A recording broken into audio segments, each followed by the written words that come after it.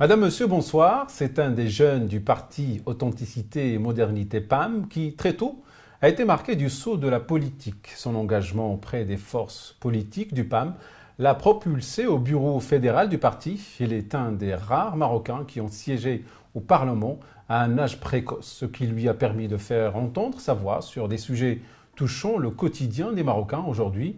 S'activant pour l'appel de l'avenir, un mouvement contestataire au sein du PAM, il prend part à un débat qui risque de faire date au PAM. Nous recevons Mehdi Ben Saïd, membre du bureau fédéral du PAM. Mehdi Ben Saïd, bonsoir. Bonsoir et merci pour l'invitation. Merci d'être avec nous. Il y a quelques jours, il y a un verdict qui est tombé, on appelle, qui a donné raison à Samir Goudar, qui est un des, on va dire, des membres de ce clan à venir, si on peut l'appeler comme ça, et qui l'oppose à Hakim Ben Chemmas, secrétaire général du PAM, et qui porte sur en fait cette polémique autour de la présidence du comité préparatoire du prochain congrès du parti. C'est une bonne nouvelle pour vous ? Écoutez, oui, dans un sens, mais la mauvaise nouvelle, c'est que d'abord, personne d'entre nous, dans ce clan que vous appelez Appel de l'avenir, ne voulait qu'on en arrive là et que des membres du même parti aillent en justice. Parce que, bien évidemment, quand on milite au sein d'un parti... Qui a choisi d'aller en justice, c'est Hakim Ben Chemmas. Oui, voilà. Malheureusement. Quand on milite au sein d'un parti, on se donne le droit d'être d'accord ou pas de soutenir ou de s'opposer à une gouvernance, à une manière de gérer, à une manière de faire. Et donc, le triste dans cette histoire, c'est de voir, bien évidemment, des personnes de la même famille politique, du même bord politique, aller en justice. Maintenant, le résultat est là. Et de suite après ce résultat-là, plusieurs de militants ont appelé, bien évidemment, à aller ensemble, à aller dans une sorte d'union sacrée pour préparer le futur congrès du parti. Et à cet appel, Hakim Ben Chemmas aurait-il réagi, pardon ? Écoutez, j'espère en tout cas que sa réaction sera positive. J'espère que les militants qui l'entourent réagiront d'une manière aussi positive parce qu'il en va de l'intérêt du parti. Et comme vous le savez, et comme les téléspectateurs le savent, 2020, c'est une année de préparation électorale. Il faut être présent auprès des citoyens, il faut discuter avec lui quel programme on va proposer, quelle idée on va défendre. Et pour cela, on ne peut plus rester dans une guerre intestine qui au final, qui ne sert pas les intérêts du parti. Est-ce que ce verdict sent-il le glas de la fin de Ben Chemmas à la tête du parti ? Nous appelons à un congrès de toutes les manières. Donc, va-t-il se représenter ou pas ? C'est la question qu'il faudra lui poser à lui. Je soutiens d'autres personnes qui ont envie de se présenter, des profils comme Fatem Zahra, Mansouri. Pour moi, j'estime qu'il y a une nouvelle génération qui est présente, une nouvelle génération. Il faut lui donner politique. Il faudra lui donner sa chance aujourd'hui. Tout le monde aujourd'hui supporte cette idée-là. Le peuple de manière générale, même les discours de Sa Majesté récemment appellent à une nouvelle génération. Et puis bien sûr, nous aussi, on veut que cette nouvelle génération puisse assumer sa responsabilité et répondre, je pense, aux problématiques des Marocains avec une nouvelle manière de faire, avec une nouvelle gouvernance aussi. La gouvernance aujourd'hui n'est plus, en tout cas, c'est ce que nous défendons, n'est plus la gouvernance du Zaïm, mais non, c'est une gouvernance collective. Il faut travailler ensemble pour pouvoir solutionner. Et il y a tellement de problèmes aujourd'hui au Maroc, notamment sur le volet social, qu'il faut qu'il y ait une équipe qui soit capable d'écouter pour répondre. Voilà, après ce verdict qui a donné raison à Samir Goudar, qu'est-ce qui va se passer techniquement ? Techniquement, la commission préparatoire doit se réunir. Encore une fois, nous appelons à ce que tous les membres de la commission préparatoire, qu'ils soient ou pas avec Samir, qu'ils soient ou pas avec Hakim, se réunissent et puissent participer normalement aux préparations du congrès. Il faut en finir avec cette guéguerre. Je pense qu'on est tous fatigués. Voilà, c'est le mot en fait, et j'allais vraiment poser une question en relation avec cet état en fait, qui est celui du PAM, qui sort quand même d'une guerre intestine, comme vous dites. Ouais. Est-ce que vous êtes conscient que le parti sort faible de ce feuilleton, de cette expérience ? Non, je ne suis pas d'accord avec vous. Faible parce qu'il y a quand même le parti divisé en deux maintenant. Non, on est à deux doigts de la scission. L'intelligence collective devrait amener justement les différentes forces vives qui étaient opposées. Encore une fois, et je tiens à le préciser, ce n'était pas une opposition idéologique, mais bien une opposition sur la gouvernance du parti. Cette opposition aujourd'hui devrait normalement nous amener vers une évolution justement de cette gouvernance partisane. le citoyen lambda, tout le monde reproche aux partis politiques d'être renfermés vers eux-mêmes et de ne pas communiquer avec les citoyens, d'où le taux faible des votes, tout simplement, le taux très faible de personnes engagées politiquement, encartées politiquement. J'espère que ce débat, enfin, cette guéguerre qui a duré plus d'1 an aujourd'hui au sein du PAM, nous permettra à nous de proposer un projet capable de faire de la place à tout le monde. Et pour que justement, parce que finalement, c'est quoi un parti politique? Un parti politique, c'est un groupement de personnes qui essaient de défendre une idée, qui essaient de protéger des valeurs. Et si on n'arrive pas à communiquer ces idées, ces valeurs aux citoyens et citoyennes, ça veut dire qu'il y a un échec quelque part. Donc j'espère que dans tout malheur, il y a aussi du bon. Donc il faut qu'on comprenne et qu'on profite de cette guéguerre pour proposer quelque chose aujourd'hui de concret et quelque chose qui va être partagé par les Marocaines et les Marocains. Alors, les valeurs, vous en parlez, mais celles d'aller vers l'autre et de se réconcilier, vous ne les avez pas au sein du PAM. Pourquoi vous n'êtes pas arrivé à vous réconcilier sans même avoir besoin d'aller au tribunal? Écoutez, c'est ce que je vous disais tout à l'heure. Pourquoi en fait? Parce que il y a eu plusieurs tentatives. Maintenant, pourquoi elles n'ont pas marché? Elles n'ont pas marché parce que peut-être que l'autre partie n'était pas d'accord pour aller vers un concret, tout simplement. Maintenant, quand on en arrive au tribunal, les portes sont fermées d'un côté. On était obligé d'attendre le verdict du tribunal pour pouvoir justement, encore une fois que le verdict est tombé, la première chose qui a été faite par la majorité des militants, c'est d'appeler à la réconciliation, c'est d'appeler à se mettre autour du parc et d'aller ensemble, encore une fois, au Congrès. Abdeltef Haobi, avant même que ce verdict tombe, avait fermé en fait la porte à la réconciliation. Il l'a dit lors d'une entrevue télévisuelle avec un confrère.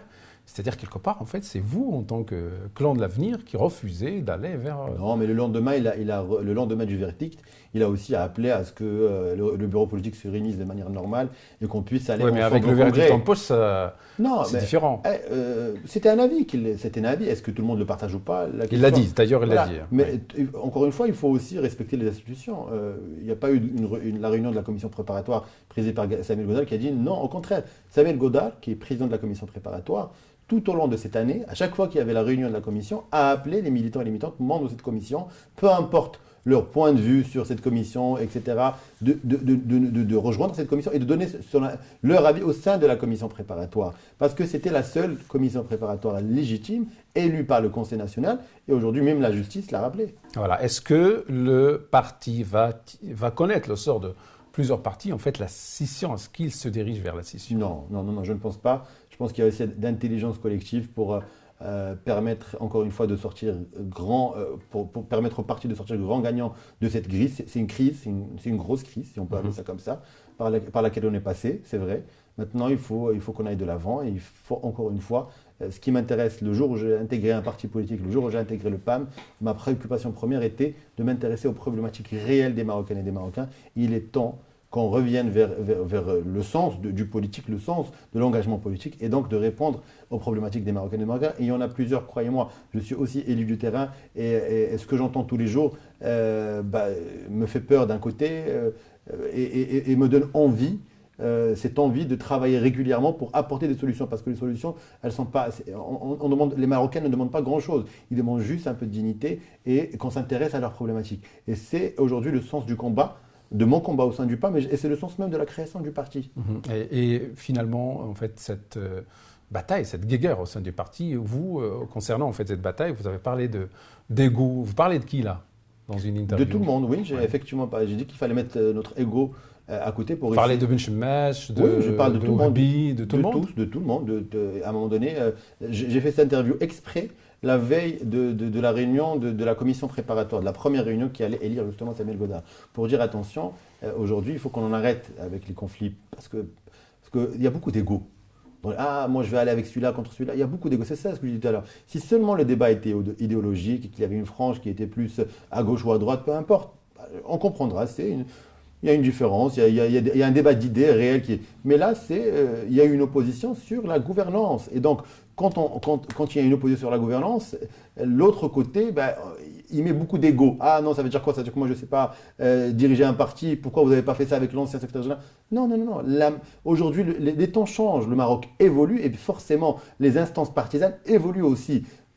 Et la gouvernance d'un parti doit évoluer avec les attentes des Marocaines et des Marocains et aussi des partisans, des militants du parti qui sont avant tout des citoyens marocains. Qu'est-ce que vous pensez de Hakim Belchimach? Je pense que la personne Hakim Belchimach, c'est une personne qui est agréable, qui est sympathique, mais je pense que sa manière de diriger un parti n'est pas la bonne.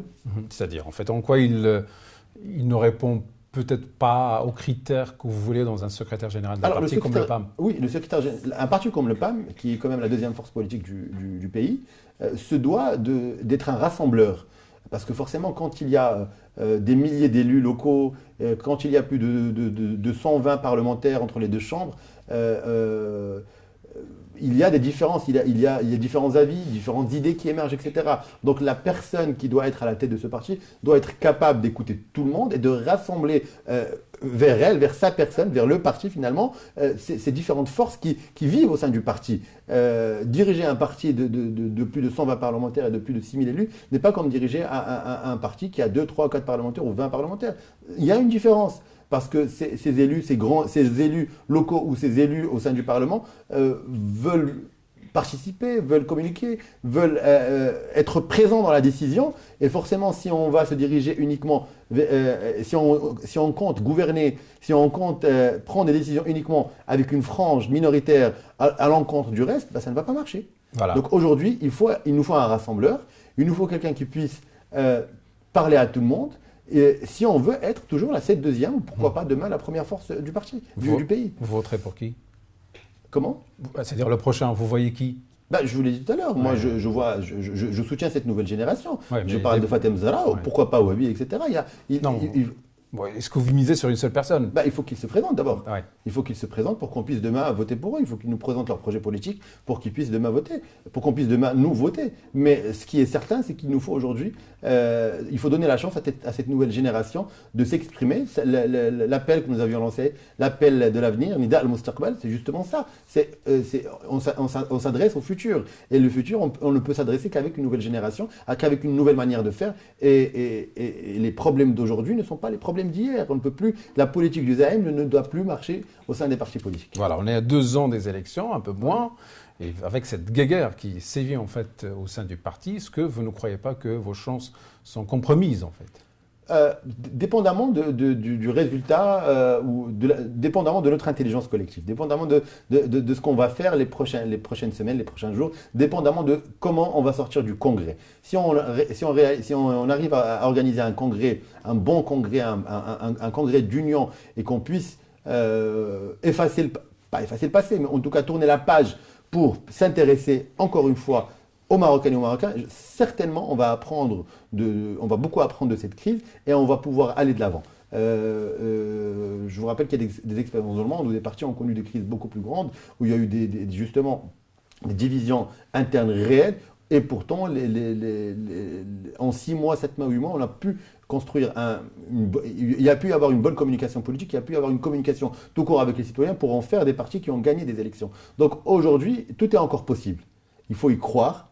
Il faut y mettre de la passion. Vous êtes en retard, il faut le dire aussi. Bien sûr qu'on est en retard, certainement. Parce pourquoi on est en retard? On est en retard parce que normalement 2018-2019 aurait dû être pour nous une année d'organisation. Préparer les secrétariats régionaux, provinciaux, etc. Et 2020, une année de préparation électorale, préélectorale. Malheureusement, on a perdu cette année 2018-2019. C'est-à-dire que notre organisation n'est pas prête. Ou alors elle va avoir un laps de temps très court pour se préparer. Et on va directement passer au préélectoral. Et donc, il faut tout simplement gérer cette phase et aller de l'avant, c'est tout. Voilà. Et alors, cette alliance à Tanger avec le PJD, est-ce que c'est une normalisation avec un parti c'est-à-dire en fait, sur lequel vous avez tiré depuis pendant des années?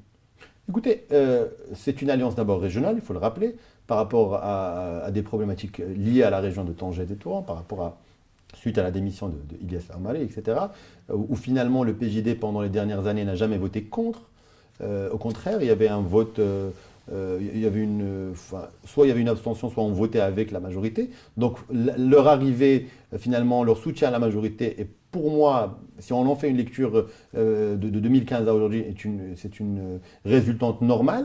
Maintenant, par rapport au PJD, Bien sûr qu'idéologiquement, il y a toujours une différence par rapport à certains sujets sociétals, notamment sur les questions de la femme, sur les questions des libertés individuelles, sur les questions des droits de l'homme, etc. Il y a encore des différences.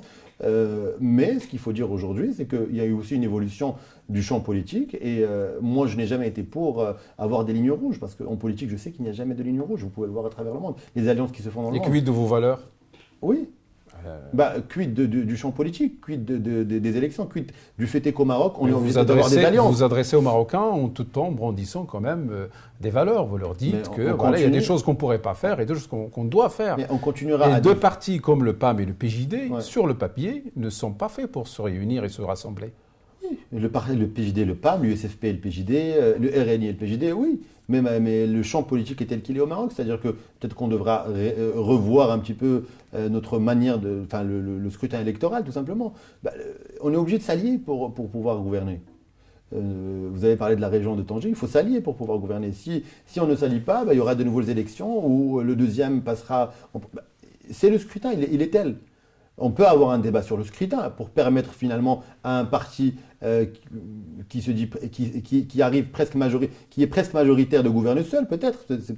C'est ce que voudront peut-être les Marocains ou pas. Mais en tous les cas, le scrutin tel qu'il est aujourd'hui, au moins, il permet à différentes franges de la société de se retrouver au sein du gouvernement et il y a un certain consensus sur lequel des fois on est d'accord, des fois on n'est pas d'accord, mais il permet à notre société d'évoluer pas à pas. Parce que notre société finalement n'est ni conservatrice ni progressiste, elle est ce qu'elle est. Elle est ce que dit le PAM, elle est dans l'authenticité, elle est dans la modernité. Donc c'est cette société qu'on essaie de défendre et nos valeurs de progrès et nos valeurs qui sont axées sur l'égalité par exemple entre l'homme et la femme, sur la question liée aux droits de liberté individuelle, etc. C'est un process qui met son temps parce que c'est un process qui doit être communiqué et si notre parti ne fait pas son travail au quotidien avec les Marocaines et les Marocains en leur expliquant que c'est une évolution constante et normale de notre société, il n'y aura rien tout simplement. Voilà, certains observateurs voient dans cette alliance régionale, comme vous l'appelez, comme une sorte de rapprochement entre deux partis, je parle du PAM et du PJD, contre le RNI. Non, écoutez, moi je suis contre cette idée de faire quelque chose contre quelque chose. Même en 2009-2010. C'est le propre même de la politique. Non, au contraire. Que deux partis s'allient contre un autre parti, ça existe ça. La politique, c'est ça existe dans la politique ou pas? La politique. Ça existe dans la politique. Ça existe, mais ça ne veut pas dire que c'est le propre de la politique. Vous avez dit c'est le propre de la politique. Moi je trouve. Non, les alliances existent. C'est quoi le propre de la politique? Le propre de la politique, c'est défendre des idées et des valeurs, c'est être pour quelque chose. Moi je suis pour l'égalité, moi je suis mais pour. si vous ne pouvez pas le faire seul. La justice sociale, moi je suis pour présenter à nos concitoyens un projet qui va leur plaire. Mais parce qu'en 2009-2010, on nous a accusés d'être créés contre. Non, moi je n'ai pas intégré le PAM en 2007-2008 pour contre quelqu'un. J'ai intégré parce que c'était un ensemble d'idées et de valeurs sur lesquelles je me retrouvais. Donc c'est positif, c'est pas négatif. Le contre est négatif. On l'interprète négativement. Maintenant, bien sûr, le politicien, et non pas la politique, le politicien crée des intérêts, crée des alliances pour arriver au pouvoir. Et encore une fois, ça existe de par le monde. Vous voyez ce qui se passe un petit peu en Espagne, vous voyez un petit peu ce qui se passe en Belgique, etc. Quand on a un scrutin qui veut que les partis s'allient pour arriver au pouvoir, oui, il y a des partis aujourd'hui qui sont alliés, qui demain ne le sont plus, et c'est tout à fait normal. C'est tout à fait normal. C'est une réponse. Le parti qui arrive premier, deuxième ou troisième ou quatrième, c'est le miroir de la société en quelque sorte. Bien sûr, on a un cas spécial au Maroc parce que le taux d'abstention est un peu élevé par rapport à ce qui se passe en Europe. Certes, c'est une réalité, mais il y a un travail à faire sur nous-mêmes, nous les partis politiques, pour pouvoir intéresser un maximum de Marocains, et notamment cette nouvelle génération de Marocains qui s'intéressent à la politique, mais pas à l'encartement politique. Parce qu'il ne faut pas croire que les jeunes ne s'intéressent pas à la politique. Si on fait un tour dans les cafés, si on fait un tour dans les stades de foot, tout est politique. Maintenant, ils sont déçus par la politique politicienne. Ils sont fait déçus des partis, pas de la politique. Voilà, ils sont déçus par la politique politicienne telle qu'elle est pratiquée aujourd'hui. Par les partis marocains. Et bien sûr, par les partis marocains. C'est pour ça qu'aujourd'hui, il faut essayer de proposer une nouvelle offre qui soit sincère, voilà, je reste toujours qui respecte l'intelligence des Marocains et des Marocaines et qui réponde à leurs problématiques. Voilà. Wahhabi, Abdel Wahhabi qui fait partie en fait de votre clan. Vous insistez beaucoup sur oui, parce que c'est très important, parce qu'il dit des choses très intéressantes. Il tire à boulet rouge sur le RNI. Est-ce que vous partagez ses opinions, ses prises d'opposition contre ce parti? Sur quel sujet? Il a sur tous les sujets. En tout cas, il a un parti pris contre ce parti. Écoutez, c'est son droit. Nous sommes un parti de l'opposition, le RNI est au gouvernement. La question, est-ce que vous partagez ses opinions en fait? C'est ça la question. Écoutez, moi, je n'aime pas parler de parti. Nous sommes un parti de l'opposition.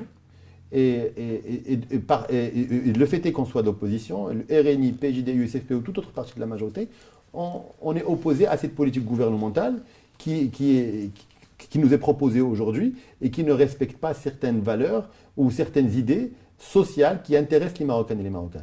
Et je prends à titre d'exemple la problématique de l'éducation et la problématique de la santé. Deux problématiques majeures. Vous n'avez pas répondu à ma question. Quelle question? Qui est ce que vous partagez les opinions de Wahhabi quand il tire à boulet rouge sur le RNI? Il faut tirer à boulet rouge sur tous les partis de la majorité tant que ces deux sujets ne sont pas mis sur table et qui ne sont pas discutés. RNI y compris. C'est un début de réponse au moins. Oui, c'est un début de réponse, voilà. Ça je vous l'accorde. En fait, l'article 9 du projet de loi de finances, c'est un article quand même qui fait débat, il choque beaucoup de monde, il choque les observateurs, les politiciens, les Marocains sur Facebook, ils parlent beaucoup en fait de cet article qui permet en fait, qui interdit de saisir les biens de l'État pendant 4 ans. Voilà, pendant 4 ans. Et vous avez voté en tant que PAM contre cela. Vous êtes quand même un parti plutôt pour le fait que ce parti puisse être, on va dire, contenu dans ce PLF 2020. Mais on a voté contre le PLF, je vous rappelle. Oui, mais bon, c'est-à-dire comment expliquez-moi cela. C'est une contradiction. Écoutez, sincèrement, je vais être très sincère parce que quand je parle de sincérité. Vous votez contre le PLF, mais vous votez pour l'article. Je vais vous expliquer plus grave que ça. Comme vous le savez, toute cette période, les instances du parti n'ont pas fonctionné.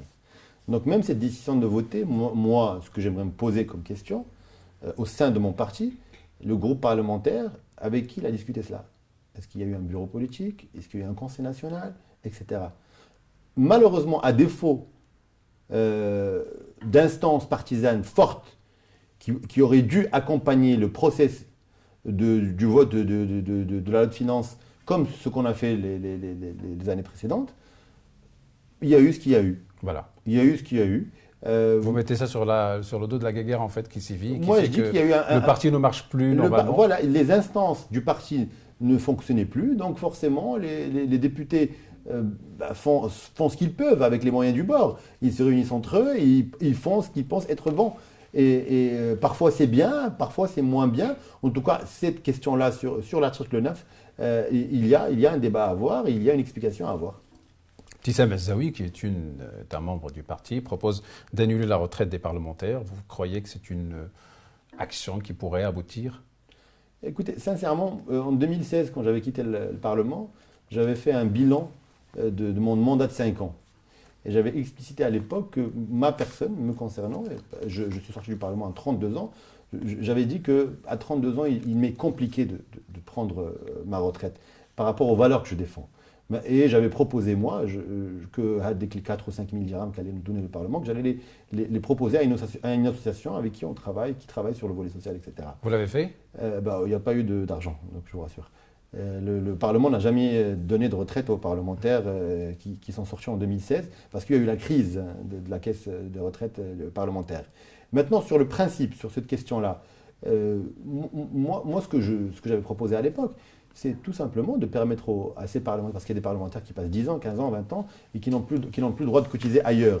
C'est de créer une sorte de caisse privée où eux cotiseront et ils le récupéreront comme ce qui... Par exemple, vous, demain, si vous avez un compte bancaire, vous avez le droit de créer un compte spécial retraite où vous cotisez de 100, 300, 500 dirhams que vous récupérez une fois que vous serez à la retraite pour vous aider dans votre retraite. Donc, si les parlements et les parlementaires ont envie de créer une sorte de retraite privée où l'État ne cotiserait pas, pourquoi pas? Ça vous choque que des parlementaires touchent une retraite après 3-4 ans d'action au Parlement? Et encore, quelle action encore?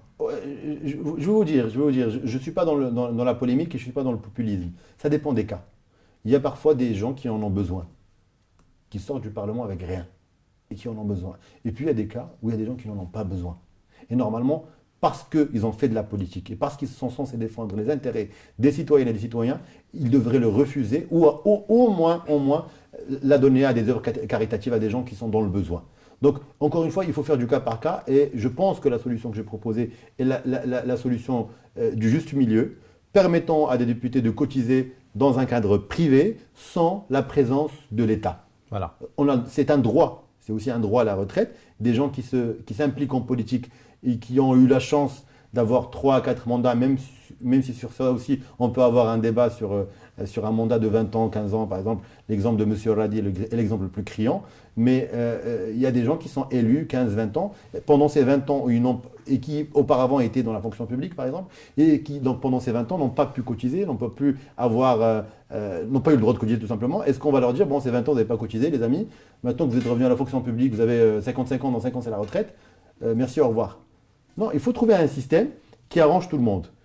On ne touche plus l'argent de l'État, parce que l'argent de l'État, c'est l'argent des citoyennes et des citoyens, et permettre à ces gens de cotiser dans un cadre privé. Voilà, ce 10e épisode d'un aparté touche à sa fin. Mehdi Ben Saïd, merci. Merci à vous pour l'invitation. Voilà, madame, monsieur, merci de nous avoir suivis. Au revoir.